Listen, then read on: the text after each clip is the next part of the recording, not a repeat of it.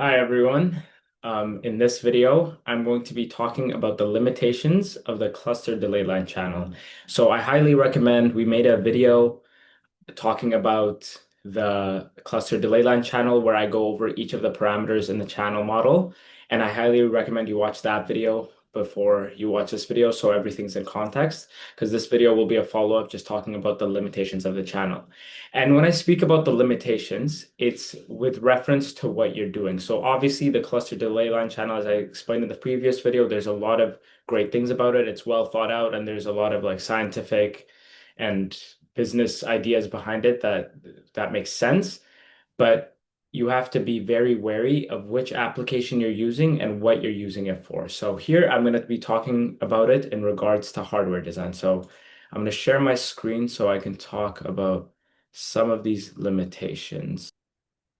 Okay, so the limitations of the cluster delay line channel model. So I put the non-line of sight component again. Please just look at the old video so that you have reference to everything. So I'll put these equations up here so you can have reference to what I'm talking about. So the first limitation in terms of hardware design is the lack of electromagnetic interaction with the environment. So the cluster delay line channel, what it does is it assumes that scatterers exist independently of the antennas and the hardware. So you have, as you can see, this middle part here. So this is basically for one ray in a specific cluster. And then this, if you remember, this is going to be a double sum over all the rays and over all the clusters. But for a specific ray, it specifies a bunch of different parameters.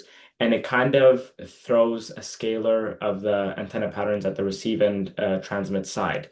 Now, what this does, it assumes that the channel is independent of the actual um, antenna interaction, where this is incorrect. So when you actually put an antenna in a specific environment, the objects around the environment itself, everything will affect the antenna's radiation pattern. And the way it interacts the environment is a bidirectional way. So like the channel affects the embedded pattern will affect the channel. And so this CDL channel does not take that into account. Moreover, on top of that, the CDL channel assumes that the embedded pattern is an independent, isolated embedded pattern. So well, I guess not an embedded pattern, so an isolated pattern. So meaning that the different antenna elements in an array do not coincide or affect one another. Whereas what really happens is when you have an antenna array, there's going to be mutual coupling between the different elements. You're going to have power reflected from some elements and it will get sent back to other elements in the array. And moreover, when you actually have an antenna out in the array, when it radiates a specific radiation pattern, that radiation pattern will be seen by a different antenna, which will induce currents on it and it will affect its radiation pattern. So the CDL channel assumes this is independent. So when you're looking at hardware design, you have to take these things into account. And the last thing, in terms of the electromagnetic interaction, is the lack of polarization analysis that can be done. So the polarization of the behavior of the antenna is not preserved. So I think that the best way to explain this is, again, for a specific cluster, array within a specific cluster, you have all of this part of the channel. And regardless of what is happening with whatever antenna you use, this thing is chosen independently based off some statistical patterns.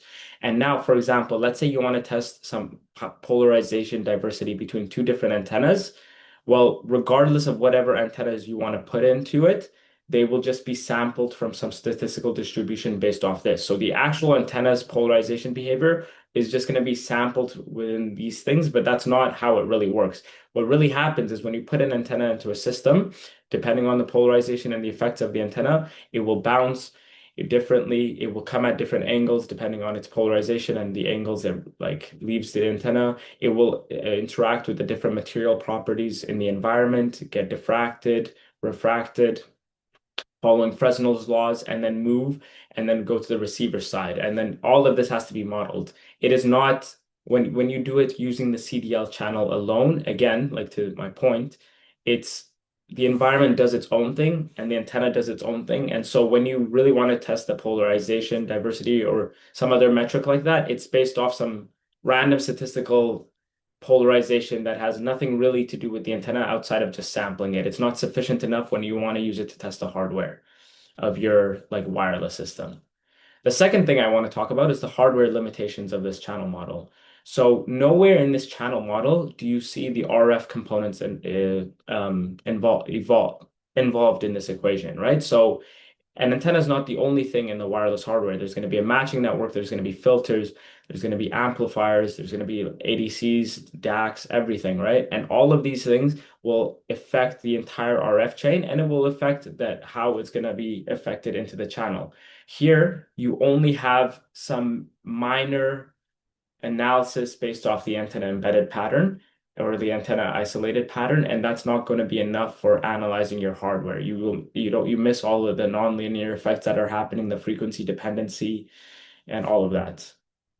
And so yeah, exactly. That's my next point, the frequency dependency and the RF behavior. So all of those hardware components more or less will be frequency dependent, right? So this channel assumes a narrow band channel where it's and all the devices are frequency flat and they're ideal. There's no power reflection, there's no losses, there's no nonlinearities due to the whichever power regime you're operating in. And all of these things are important when you're trying to analyze the hardware in your system. And the CDL channel misses all of that.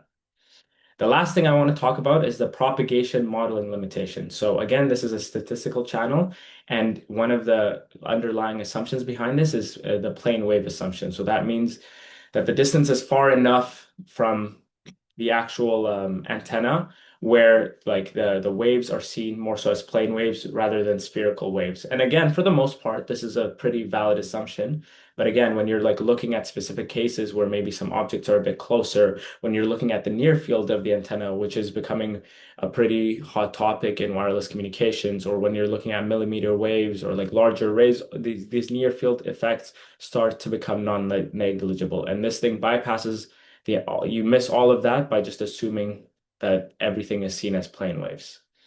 And the final thing, we'll make a longer video on this at some point, but it's the lack of diffraction modeling. So what like in real life, you don't have just rays bouncing around and just like touching a point, just bouncing or whatever as this channel assumes. There's a lot of things that go on. So when a wave hits a specific object, it's going to get diffracted, it's going to get refracted. There's going to be some weird creeping waves going around the object, and there's a lot of like other analysis that goes on. There's going to be currents that are induced on those surfaces, and they re-radiate different fields. And so there's a lot that's involved more than just rays bouncing, touching each other, and then just modeling those things statistically.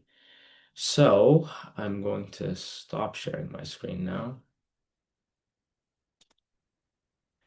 Yeah, so and then the conclusion I want to make is again that the CDL channel is not useless and there's meaning behind it. But I think my point in this video is that when you're trying to analyze hardware using some pure software, like some type of toolbox where you're just using these channel models and you import your embedded pattern and see like what can happen. And I'm trying to do some antenna analysis or hardware analysis based off this. I think it's insufficient to give you this type of analysis. Now, if you're trying to test some type of algorithm, some DSP algorithm or some scheduling algorithm in like a toolbox, like MATLAB's toolbox with the CDL channel, that makes complete sense. If you're trying to test your hardware, like these models are also implemented in channel emulators, but what's happening there is you're actually plugging in your different hardware components, and then you see how it behaves in an actual like RF system, in a channel emulator with this model. That makes sense because you're taking the different non-idealities of your hardware and you're analyzing them. But if you're trying to analyze your hardware based off things you simulated on HFSS or some other tools, and you're putting it in a pure software tool, such as like the CDL channel, like in MATLAB's 5G toolbox or whatever else software you may be using, based off the reasons I've given, I think it is insufficient. And there are better ways of doing this. And yeah, I think that's basically the point of this video. So yeah, thank you.